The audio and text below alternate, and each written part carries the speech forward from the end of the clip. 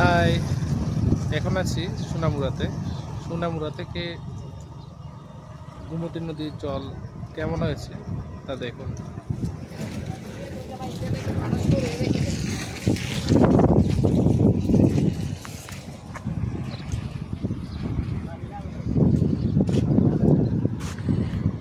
গোমতী নদীর জলস্তর অনেক বেড়ে গেছে। আজকে 2 দিন ধরে লাগাতার বৃষ্টির ফলে অনেক জলস্তর বেড়ে গেছে। এখন বৃষ্টি যদি না থামে তাহলে আগের বছরের মতো যদি আবার বন্যা হয় তাহলে মানুষের আরও দুর্গতি বেড়ে যাবে।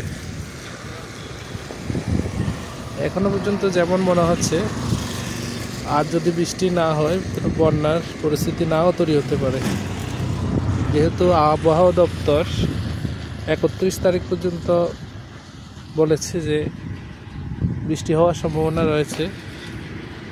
তাই এখন কিন্তু সাবধানে থাকতে হবে, কেননা কালকে রাত্রে পুরোটাই কিন্তু বৃষ্টি হয়েছিল, কোনো বন্ধ নেই।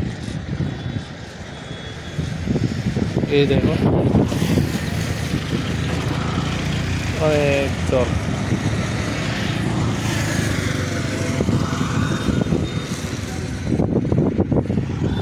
সোনামুড়া থেকে গোমতী নদীর অবস্থাটা কেমন তা আপনাদের দেখালাম, কেমন লাগলো বলবেন।